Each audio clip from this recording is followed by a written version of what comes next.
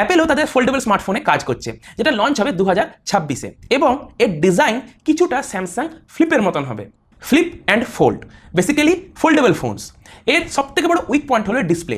8 মাস 1 বছর একটা ফোনের ডিসপ্লে ঠিক মতন যায় না, তারপরে ডিসপ্লে মাঝখানে নানা রকম দাগ চলে আসে, গ্রিন লাইন তো আছেই, সঙ্গে ডিসপ্লে পুরোপুরি বন্ধও হয়ে যায়।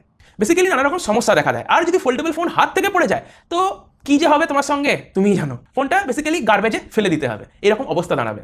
তো ডিউরেবিলিটি ফোল্ডেবল ফোনসের একদমই নেই। তবে অ্যাকর্ডিং টু রিপোর্টস, অ্যাপেল তাদের ফোল্ডেবল স্মার্টফোনকে আর 5টা ফোল্ডেবল স্মার্টফোনের থেকে বেশি ডিউরেবল বানাবে।